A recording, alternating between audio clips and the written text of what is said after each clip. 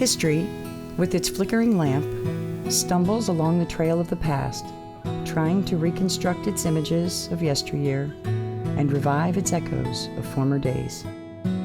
Winston Churchill. Around the turn of the 20th century, America was starting to fill up with things called paternal societies, or company towns. These towns very extensively and exclusively used convict labor and very hard living conditions that these people were put into. These company towns literally followed the work, and they were in the middle of nowhere. Winston Churchill said that history is written by the victors. And while that is absolutely true, I had to wonder if maybe there wasn't another perspective. Maybe some of these people weren't treated so badly. Maybe they actually survived and produced an incredible life because of the help of these company towns.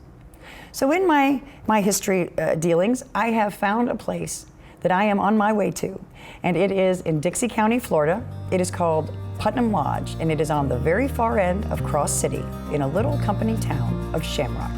So come along and join with us today and see if we can't go back and find some of the footprints in time that were left by those who came before us.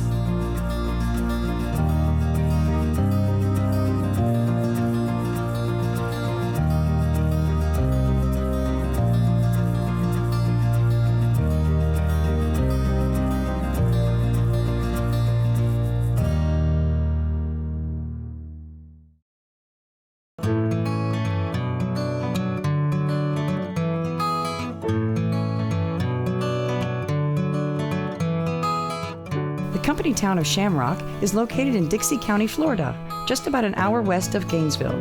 In the early 1900s, this remote area was home to the Putnam Lumber Company, which produced and shipped its unique Florida timber all over the country.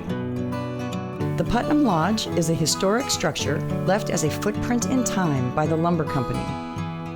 Originally built in the 1920s, it has gone through many renovations and owners throughout the years.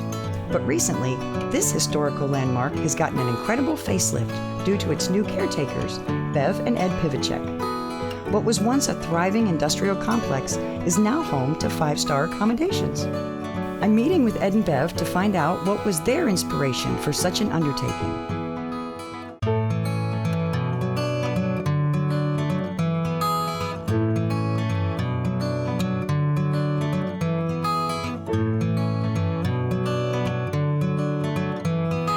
Hey guys, how are you? Hi Beverly.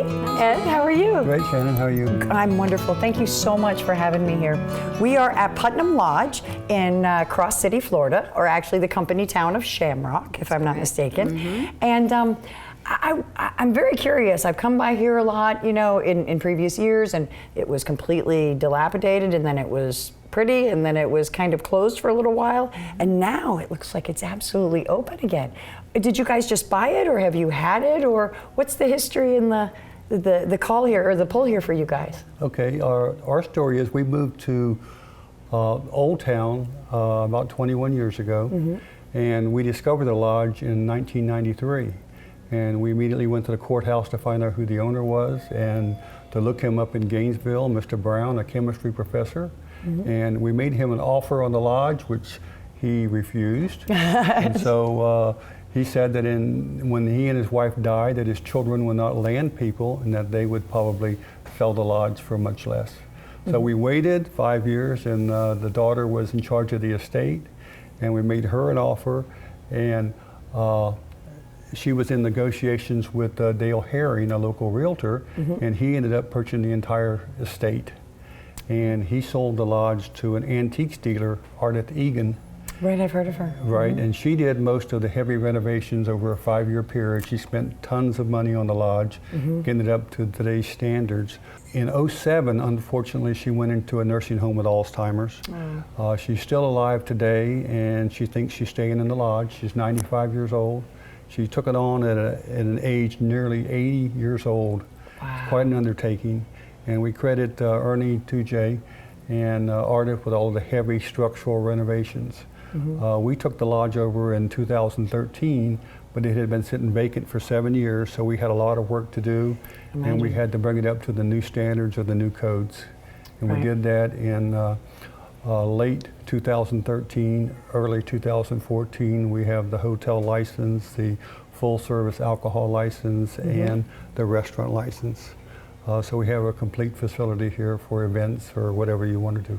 Our original intention when we purchased the lodge was a business investment to bring a hotel back to life, provide something for the community. But it's become much more than that. It's really an event that we love. It's an adventure. We love meeting the guest, and it's much more than retirement. The lodge has been visited by many famous figures in American history, from lawmakers to law breakers. All of the stories that we've read and that we've been told by the elders of the area is that Al Capone actually stayed here. And 3 different families pointed out the same room that he stayed in.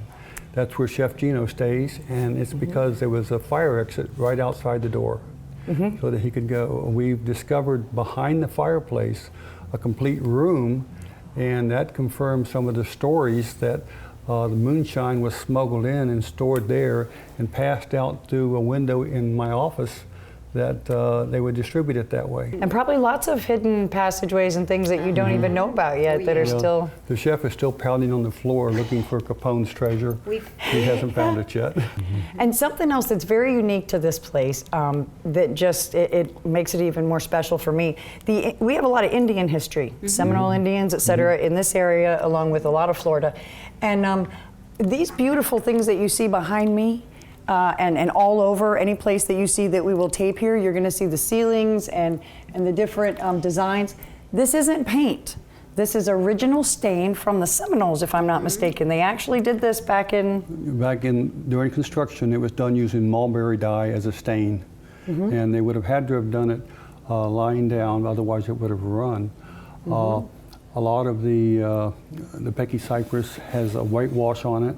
And I guess Indians were good with war paint, so they knew how to make different colors and to do it. From what we've been told from past guests is that it resembles chess, checkers, playing cards, and the game of cribbage. The dental molding you see around the room is actually Trump Lloyd. It's done with shadows to make it look like it's dental block, all hand painted and hand done. What you see here, other than the whitewash, is original to 1927. Well, and that's something we've touched on is history. And, you know, everybody, there's footprints of history and things all over. Some of them are hidden, some of them aren't. And I found that you guys have found a footprint of time, and you're bringing it back. And you're for everybody to enjoy. And I mean, when you walk through those doors, whether you've been here before, you've passed this place or not, I mean, it will literally just knock you off your socks. It's the feeling and the spirit in here, the fact that you took this on, and I mean, I know I've been in this kind of industry and I know it is not an easy job. But then to keep going and to have the fervor and the love you have for it and the passion, and not only for here, but to continue to bring this whole town together. And I applaud you for that, because that's something that people don't do these days, and we're kind of throwaway society, you know, and you guys haven't done that. You've taken a piece of history, you've made it your own, and then you're gonna share that with other people, and that's just fantastic. Well, I want to thank you again for letting us come in, and we're gonna, I think, walk around outside and see what else we can find, and maybe see some other things that we can find to do in your area, and let people know what's going on. So, all right, thank you guys so much. Coming up, we explore the beautiful grounds of the lodge and try and trace the footprints of time from those who came before us. I'm in the company town of Shamrock, visiting the historic and newly renovated Putnam Lodge in Dixie County, Florida. After learning about the incredible revitalization of the lodge, I set out on foot to try to visualize myself back in time during Putnam Lumber's economic boom in the 1920s.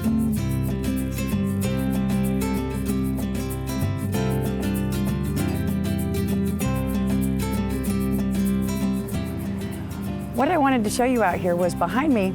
We talked before about Al Capone, and that he was here and he ran Florida up and down from coast to coast and from north to south.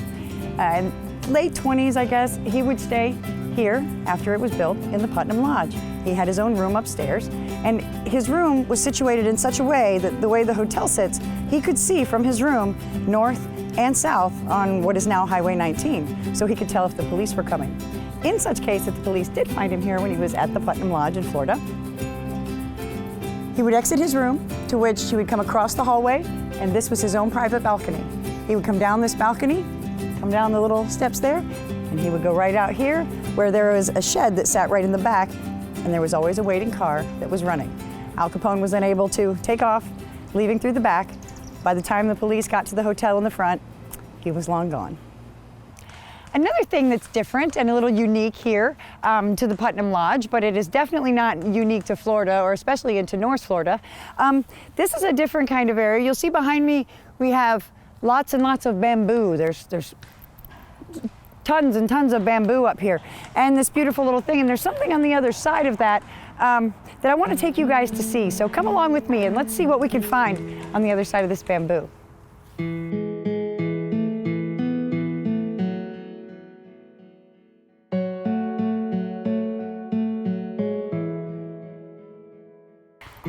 This is a beautiful, it looks like it's just here to be aesthetically pleasing to the eye, this bamboo, but actually it tells a little bit bigger of a story. In this area here, you'll notice where there's two, almost makes like a parentheses that goes around of the bamboo clumps on both sides. And if you walk a little further into the middle, you will see that there is this giant tree that stands here. There's a reason that this tree is here, and there's also a reason the bamboo is all around it. Back in the days when this was a company town and it was a logging camp and different things like that, they had a hanging tree. This was the hanging tree, one of the hanging trees that was in this area. The bamboo is on the sides because it was used before the hanging, of course, to beat the subject with and get them into submission. And as they threw them off to the side, eventually they grew up into these things. You will see where this tree almost even looks sad. It is reported that there were over 800, probably close to 1,000 that were documented hangings in this tree. So you can imagine if those are the ones that were documented, how much more of them were not. This tree kind of has a glow to it, a sparkle at night. But I will tell you one thing, it sure looks a lot happier now that it knows it doesn't have to hang anybody else. So this is something beautiful that is to be seen here. It's kind of scary and it's kind of sad, but if we don't pay attention to what's going on in our lives and our country and the way we treat other people, we could very well find ourselves back in places like this. And this is not a good way to end your days, that's for sure.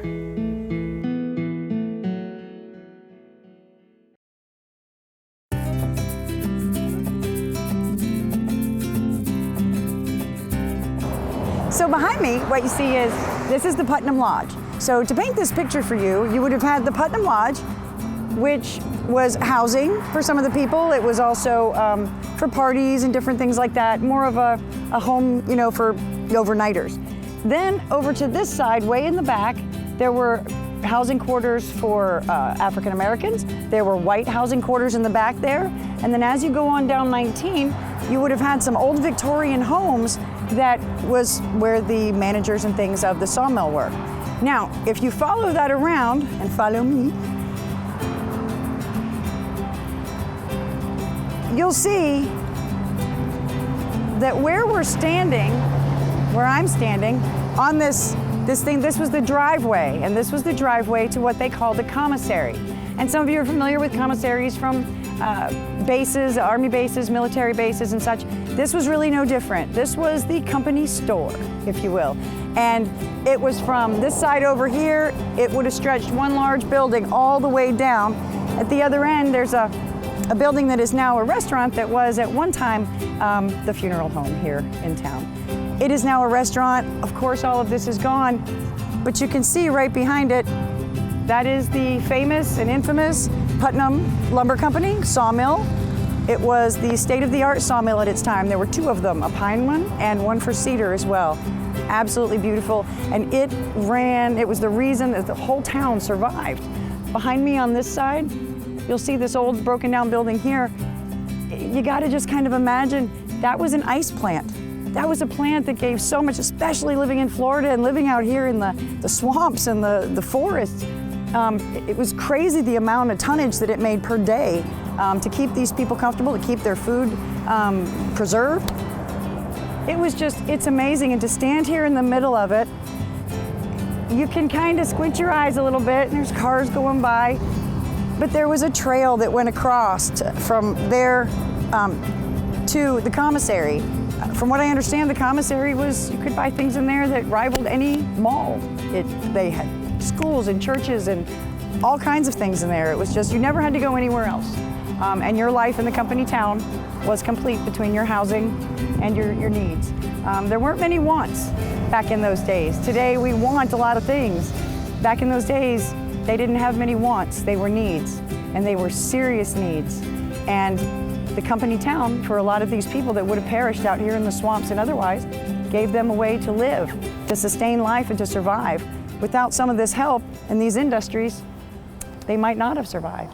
Next, we discover a piece of history with a Dixie County local whose family roots trace back to this area as early as the 1840s.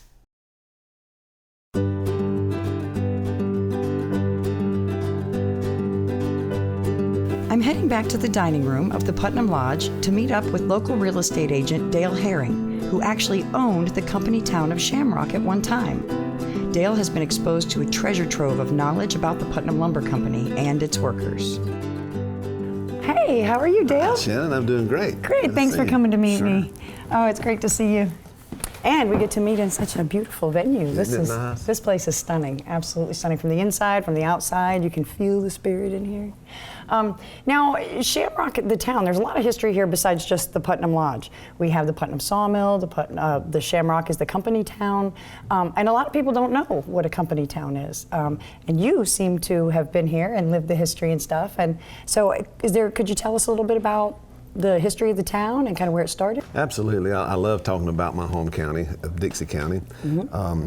My ancestors came here in 1840. My great-great-grandfather, he was a lieutenant in the Confederate Army. Oh my. His grave is out near Horseshoe Beach.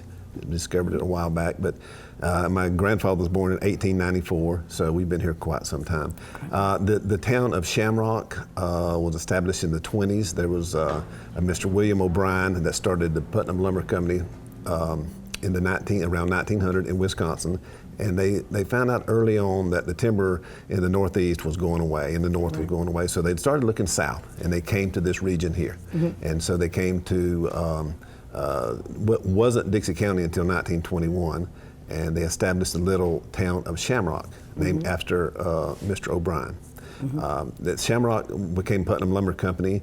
They had one of the largest sawmills in the entire southeastern United States. Mm-hmm. They were at one time producing 140 million board feet per year. Oh my! At that time, it was massive. Yeah. Somewhere around 3,500 employees. So it had a huge impact in the entire southeastern United States. Mm-hmm. So, and the Putnam Lumber Company operated out of Jacksonville. They also had their fleet of ships where they would ship the lumber, the finished material to the West Indies, to South America, Bermuda, and a lot of different. So it wasn't just here that the lumber went to. I mean, it literally helped build the world. Absolutely. It ran up until the 40s, early 50s, and then the Putnam Lumber Company decided that they were no longer going to be here. So Mr. Henry Brown was the comptroller for the company, and he effectively bought all their holdings here in the little town of Shamrock. Mm-hmm. Now, they didn't buy the 300,000 acres that they had bought. They had sold it to timber companies, but all the commissary, the housing, the mill itself, him being comptroller, mm-hmm. he was sitting in a position where he could take advantage of that, and he did. Right. And so he kept it for, 30, 40 years, and then in 99, I came along and bought it. I bought out everything that he had owned, mm-hmm. and he had several islands that he had purchased out on the coast. So it was an exciting time for me to fall into that. And one of the piece of property that was in that estate was the Putnam Lumber Company. When I came in to the dining room here, it was trash 6 feet high. Oh, I've seen pictures. Right. The commissary was right across the street here, and the office for the Putnam Lumber Company they had all their files and all their documents and all the things, the employee file cards and all those things. Right. And they had moved it over here and been here for years and years. Well, as I started looking, I found 3,500 employee file cards. On the cards, it would give the date of birth of the employee, the Social Security, the name, where they were born, and I ran across my grandfather's employee card. Oh my goodness. Born in 1894. Ooh, that gives me goosebumps. Absolutely, and at that time, when he was born here, there wasn't a Dixie County. It was all Lafayette County. So it said on his card he was born in Lafayette County. The thing that really gets me, and I don't think a lot of people understand it, maybe I'm wrong, but the company town aspect. We were used to that in coal country, and there's some other people that are used to the company town aspect. What does that entail when you live in a company town? Because you have Cross City, and then you have Shamrock, and people say, aren't they the same? So can you kind of explain what a company town is? Actually, Cross City is the county seat for Dixie County. Okay, and Shamrock isn't incorporated. Cross City is incorporated, and it's always been that way, and it's still that way. But Shamrock was basically the mill town, which flowed over into Cross City. They built the school in Cross City. Almost all of the shopping, except for the commissary, was in Cross City. So it's sort of a twin town, if you want to call it that. Right. You know, but and that commissary was, I mean, not unlike a commissary on like a base or something. They had everything and then some in there. Everything you wanted. They had the barber shop, they had the post office, they had all their staples, the groceries, and textiles. Whatever you needed was in that commissary. In fact, they even had money that they used, a currency that they used for the... Like a company money company. That's right, yeah. And that's pretty indicative to a company town. Right. You know, if you travel around the country and you look back years and years ago, you'll see that they had their own currency that they used when they would pay for that, and basically you sort of belonged to the company. Right, you know? Exactly. You paid your way, and That's right. You went to the commissary, and they owned that. So whatever you made went back to them. A lot with the turpentine industry is the same. Absolutely. I'm noticing things like that with the company towns, and that's just fascinating to me. You know, that these towns came about. Just because there was a business here, and now this part of the town is still here. At that time, it was extremely important. It gave an opportunity for people to make a living that otherwise wouldn't be available, because you can only imagine before Putnam Lumber Company came to Dixie County, what was available. They made their living in the forest, in the woods, you know, what animals they could track down that day. I know my dad has told me many stories during the Depression, this was even later, that him and his brothers would go throughout the woods and the forest and find what they could find, a deer or raccoons or whatever they could find, for that was their dinner. So it was very, very tough, even that late in the 30s. But can you imagine what it would be in the teens, in 1918, 1916? Dale also shares an amazing piece of his collection with me, a Putnam Lumber Company record book dating back to the late 1920s. Okay, so here we have a book, and this is an old book. You said 1928, right? And this was one of the ones that you found here in the lodge and stuff that was moved over from the sawmill. Now, this isn't just like book record keeping. This is an actual, you said, appraisal. Absolutely. What they did is the Putnam Lumber Company wanted to know what their assets were. Right. So they asked a firm to do an appraisal of their entire holdings. So when they did that, they described right down to the railroad spikes.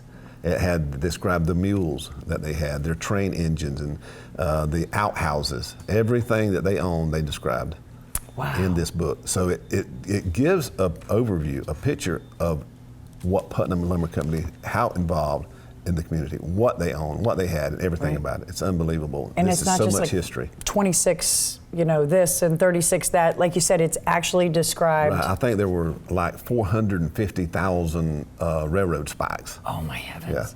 Yeah.